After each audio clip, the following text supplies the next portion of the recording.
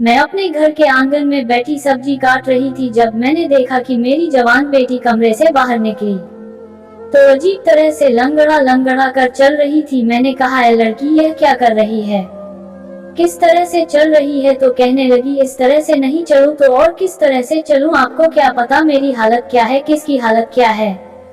दिन भर बिस्तर तोड़ती रहती है, पढ़ाई के नाम पर पूरा दिन कमरे में बैठी रहती है। मैं इससे घर का कोई काम भी नहीं करवाती और अब इसको ऐसा क्या हो गया कि इसकी चाल ही बदल गई। उसने मेरे सवाल का जवाब नहीं दिया और वहां से चली गई। सिर्फ उसकी चाल ही नहीं, उसकी हरकतें भी बदली बदली सी थी। मुझे उसकी चाल चलन कुछ ठीक नहीं लग रहे थे, उससे ज्यादा उसका अंदाज अजीब सा लग रहा था। ऐसा लगता था जैसे सारे समाज की सताई हुई है, सबसे ज्यादा परेशानी इसी को है। खैर, अभी मैं ये सब सोच ही रही थी कि मेरा पति कमरे से बाहर आया। मैंने कहा, आप रात को बेटियों के कमरे में सो गए थे? तो कहने लगा, हाँ, मैं उनको ट्यूशन पढ़ा रहा था तो वहीं पर सो गया और अजीब तरह से अंगड़ाई लेने लगा। मैंने कहा, आपको जवान बेटियों के कमरे में सोने की क्या जरूरत थी? मुझे तो लगा कि आप सुबह उठकर काम धंधे पर चले गए। तो कहने लगा, नहीं, अभी काम पर जाऊंगा। वह मेरा मर्द था, मैं उसकी हरकतें पहचानती थी। अजीब तरह की हरकतें कर रहा था, ऐसे लगता था जैसे उसने बहुत अच्छी रात गुजारी है। मेरी बेटी आजकल कुछ अजीब सी रहती थी। एक दिन मेरे पास आए और कहने लगी कि अम्मा, तुझे क्या बताएं, इस घर में क्या हो रहा है। मैंने कहा, क्या मतलब? तो कहने लगी, यह जो बाबू है आकर हमारे कमरे में सो जाता है, तुझे पता है कि यह हमारे साथ क्या करता है? मैंने कहा, क्या करता है? तो उसने ऐसी बात बताई कि मैं अपना सर पकड़ के रह गई। उसने कहा, बापू रोज रात को हमारे साथ। दोस्तों, अनजान वॉयस में आपका स्वागत है। मेरे पति का नाम राजू था, मुझसे उम्र में कम था। सब कहते थे कि तुझे इतना जवान पति कहाँ से मिल गया? तो मैं कहती थी कि मेरी किस्मत अच्छी है और तुम लोग क्यों जलते हो? राजू कहता था कि उसे अपने से बड़ी उम्र की औरतों में दिलचस्पी है, इसलिए उसने मुझसे शादी की थी और मेरी जिंदगी उसके साथ बहुत अच्छी गुजर रही थी। घर था, परिवार था, अच्छा पति था और क्या चाहिए था। उसकी कमाई भी अच्छी थी, घर में पैसे लेकर आता था और मेरे पास भी कुछ पैसे थे जो मैंने जमा किए हुए थे। मैं लोगों के कपड़े वगैरह भी सिया करती थी, अपने हाथ में भी कुछ माल वगैरह होता था। बेटियों की पढ़ाई करवा रही थी। मेरी 3 बेटियां थी जिनकी उम्र में एक साल का फर्क था, लेकिन पता नहीं चलता था क्योंकि अब तीनों ही जवान हो गई थी। मेरे पति के साथ संबंध बहुत अच्छे थे, हम लोग पूरे परिवार में मशहूर थे।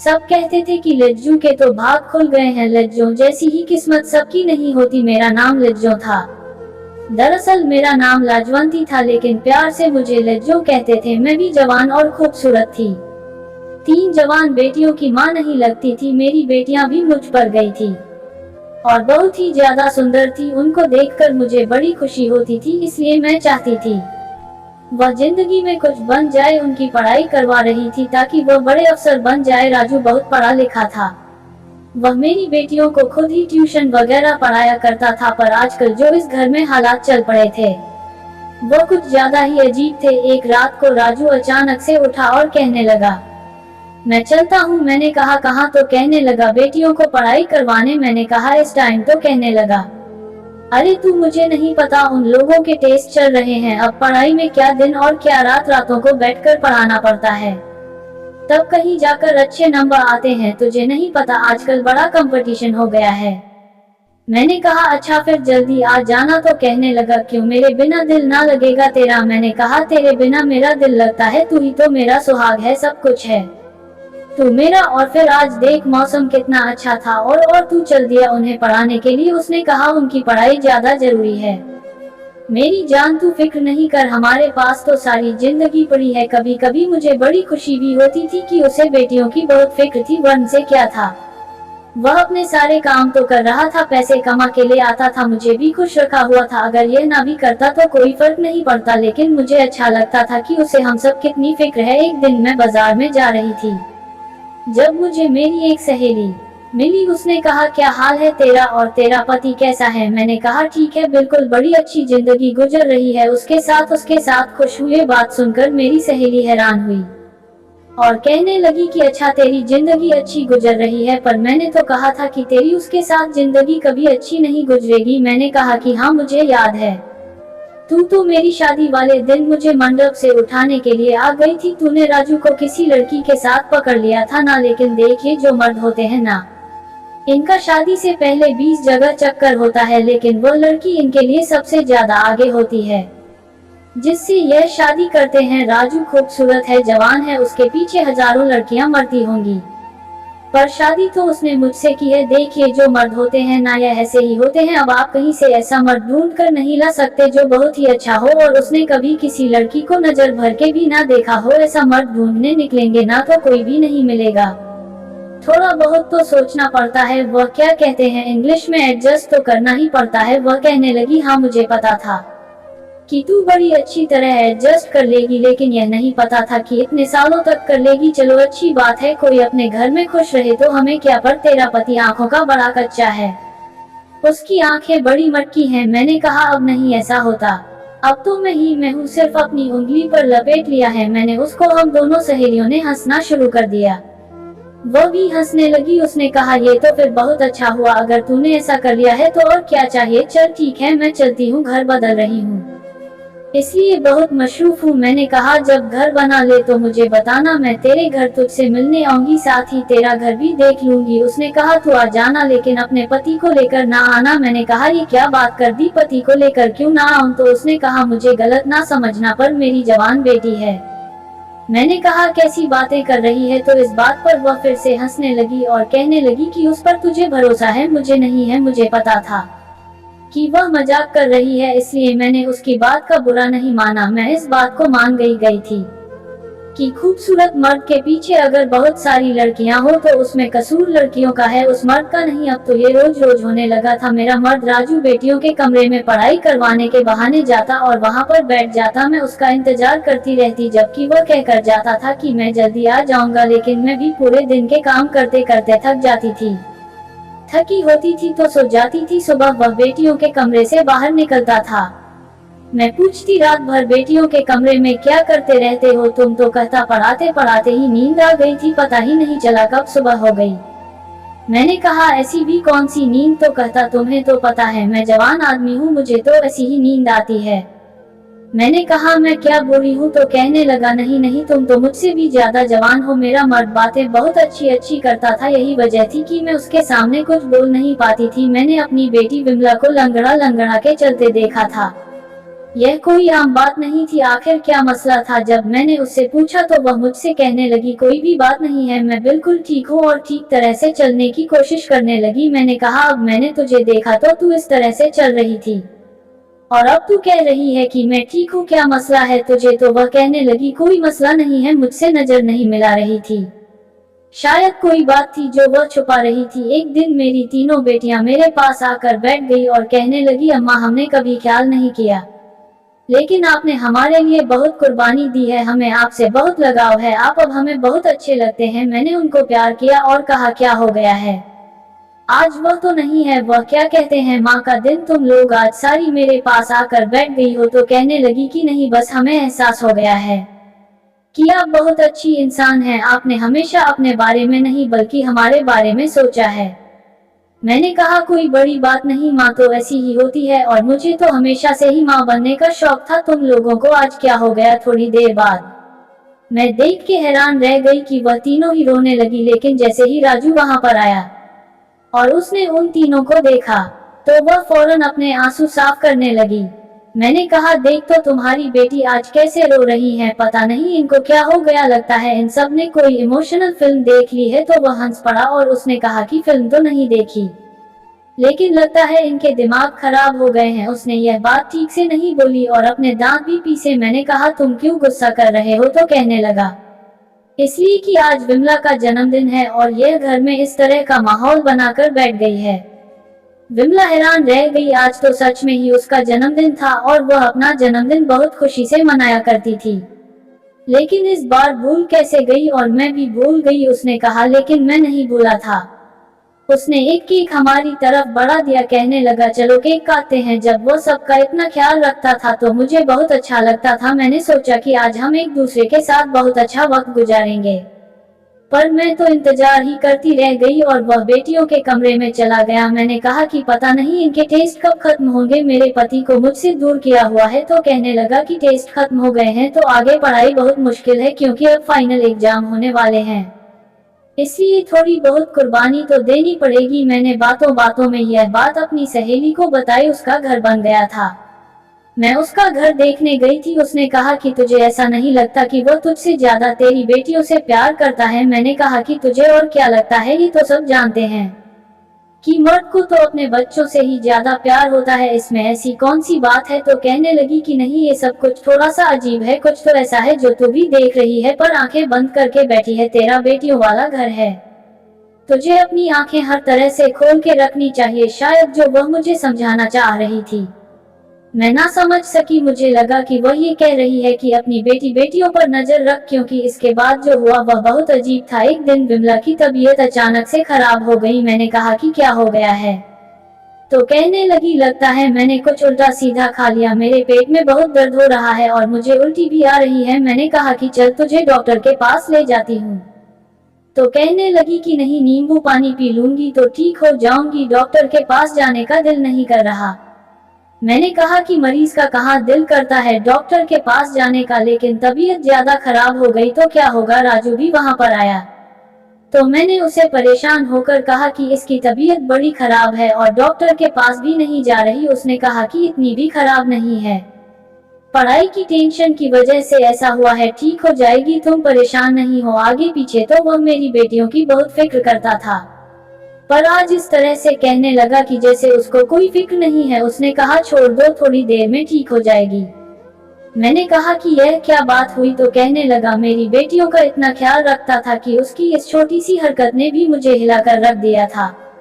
आज उसने विमला की फिक्र क्यों नहीं की? विमला की तबीयत वाकई थोड़ी देर बाद ठीक तो हो गई, लेकिन मैं जब उसके लिए चाय बनाकर कमरे में जाने लगी तो अंदर बैठी अपनी बेटियों की बातें सुनकर मैं दरवाजे पर ही रुक गई। वो कह रही थी कि भगवान करे ये कुत्ते की मौत मरे, इसको सुकून ना आए, शमशान ले जाने के लिए भी कुछ ना बचे। ऐसा बुरा आदमी हमने अपनी जिंदगी में नहीं देखा और हमारी माँ का भी दिमाग खराब कर रखा है।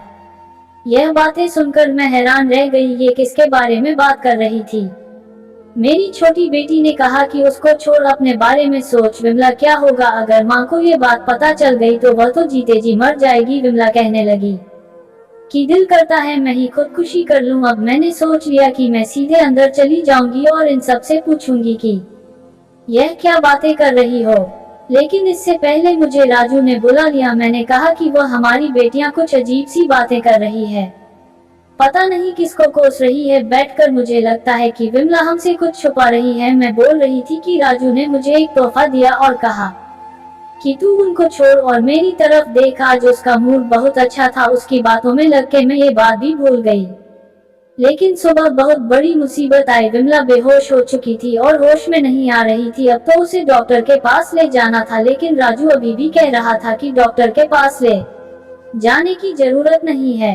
मैंने कहा कि ऐसे कैसे, मेरी बेटी को होश नहीं आया। मजबूरी में उसे डॉक्टर के पास ले गए तो डॉक्टर ने एक टेस्ट किया और उसके बाद घर भेज दिया। कहने लगे कि इसको बहुत कमजोरी हो रही है, लगता है इसने खाना नहीं खाया, आपको टेस्ट की रिपोर्ट मैं फोन पर बता दूंगी। 2 घंटे के बाद डॉक्टर का फोन आया और बस उसके बाद तो जैसे हम सभी की जिंदगी बदल कर रह गई थी। डॉक्टर ने बात ही ऐसी बताई थी। जब मैंने यह बात सुनी तो मैंने फोन रखा और विमला के कमरे में कदम रखा और कहा कि इस दिन के लिए तुझे पढ़ाया लिखाया था, तुझे आजादी दी थी कि तू ये सब करे। बाकी सब भी मुझे हैरान होकर देखने लगी, लेकिन विमला जानती थी कि मैं क्या बात कर रही थी, इसलिए उसने सिर झुका लिया था, क्योंकि मुझे डॉक्टर ने बताया था कि आपकी बेटी मां बनने वाली है और उसने अपने बच्चे को खत्म करने के लिए कोई गोली खाई है, जिसकी वजह से उसकी हालत खराब हुई है। लेकिन बच्चा सही सलामत है और उसे कुछ नहीं हुआ है। विमला ने रोना शुरू कर दिया।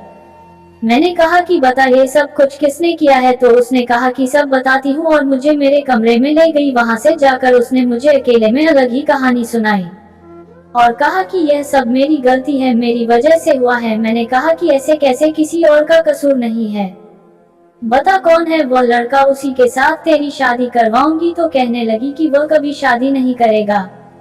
और वह इस देश में नहीं है। बस आप इस बात को खत्म कर दें। मैंने कहा अब ये बात इस तरह से खत्म नहीं होगी। पर वह कहने लगी कि बस मेरी गलती है, मुझे जो सजा दोगे मुझे कोई मसला नहीं है, चाहे तो मेरी पढ़ाई खत्म करवा दो, मुझे घर बैठा दो, किसी बूढ़े के साथ मेरी शादी कर दो। मैं वैसे तो उसे कोस रही थी और बहुत परेशान थी, लेकिन उसकी बातें सुनकर मुझे ऐसा लगने लगा कि जैसे वह मुझसे भी ज्यादा परेशान है। मेरी बेटी बुरी तरह से रोने लगी और फिर से बेहोश हो गई।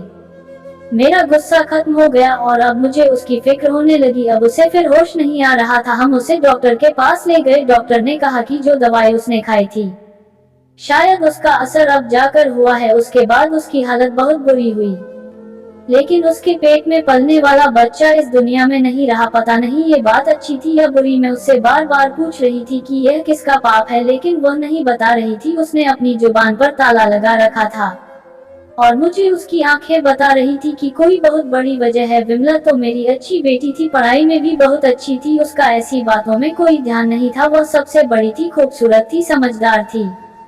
फिर अचानक से वह ये सब कैसे कर सकती थी? मैं बहुत परेशान थी। बड़ी जल्दी होती है और मेरे वाली से बड़ी पागल तो कोई है ही नहीं। मैं अचानक से कमरे के अंदर चली गई तो उसने फोन बंद कर दिया। मैंने कहा किससे बात कर रहे थे तुम? तो कहने लगा वह मेरी मौसी है ना, गोरखपुर वाली, उससे बात कर रहा था। मैंने कहा आज उसको तेरी याद कैसे आ गई? तो कहने लगा बस आ गई होगी। आज साफ पता चल रहा था कि वो झूठ बोल रहा था और कोई बहुत बड़ा झूठ बोल रहा था। उसके दिमाग में इतना कुछ चल रहा था कि उसको ये पता ही नहीं चला कि वह अपने रिश्तेदार के बारे में मुझे ये कह रहा है कि वह जिंदा है, जबकि वह तो मर चुकी थी। मुझे अचानक से मेरी सहेली की बातें समझ आने लगी। वह इशारा किस तरफ कर रही थी अब मुझे समझ आ गया। राजू ही तो था जो मेरी बेटियों के कमरे में जाता था और मैं बेफिक्र होकर सो जाती थी। अब मेरे पास एक ही रास्ता था, अगर राजू से सवाल करती तो उसने झूठ ही बोलना था। मुझे ये जानने के लिए एक बढ़िया से प्लान की जरूरत थी कि वह कमरे में क्या करता था और मेरे दिमाग में प्लान आ चुका था। मैंने सोच लिया था कि मैं चुपके से अपनी बेटियों के कमरे में छुप जाऊंगी। इतना ख्याल तो उनके अपने बाप ने नहीं रखा था, लेकिन उसने ये साबित कर दिया कि सौतेला बाप कभी अपने बाप की जगह नहीं ले सकता। मेरा कसूर यही था कि मैंने उस पर बहुत ज्यादा भरोसा किया था। मुझे ऐसा नहीं करना चाहिए था। इसलिए कहते हैं सब कुछ कभी एक जैसा नहीं रहता। मुझे सोचना चाहिए था, गलती मेरी थी। वो वहां से चला गया और मैं अपनी बेटियों के सामने आ गई। मुझे देखकर वह हैरान रह गई और उनको पता चल गया कि मैं सब कुछ जानती हूँ। मैंने कहा कि तुम सबने मुझे बताया, क्यों नहीं बताती? तो सही, उन्होंने रोते हुए कहा। वह कहता था कि अगर तुमने अपनी माँ को सब कुछ बताया तो मैं तुम्हारी माँ को जान से मार दूंगा, उसे खत्म कर दूंगा। हम ऐसा नहीं चाहते थे, क्योंकि आपके अलावा हमारा था ही कौन, इसलिए हम डर गए। उसने हमें कहा था कि मैं तुम्हारी माँ को बहुत आसानी से खत्म कर सकता हूँ और वह ऐसा कर भी सकता था। फिर विमला के साथ जो कुछ हुआ उसका जिम्मेदार भी यही है और यह बहुत वक्त से हो रहा है। मैंने कहा कि तुम लोगों को मुझे बताना चाहिए था। तुम्हारा अपना बाप जैसा भी था, लेकिन डरपोक नहीं था, बहादुर आदमी था। तुम्हारे अंदर उसी का खून है। मेरी बेटियां बहुत रो रही थी, पर मैंने उनको कहा कि बस अब सब खत्म हो गया, अब मैं तुम सबका बदला लूंगी, तुम फिक्र नहीं करो। उसने कहा कि आप क्या करोगी? मैंने कहा कि मैंने सोच लिया है कि मुझे क्या करना है। तुम लोग अपना सारा सामान लो, अपने स्कूल जाओ, जाने की तैयारी करो, क्योंकि हम ये शहर हमेशा के लिए छोड़कर जाने वाले हैं।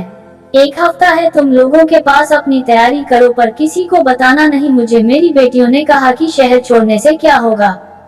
मैंने कहा कि यह हमें तलाश कर लेगा, बस तुम लोगों को जो कहा है वह करो। मैंने कहा था ठीक है। मैंने जो वीडियो बनाई थी वह मेरे पास सबूत था।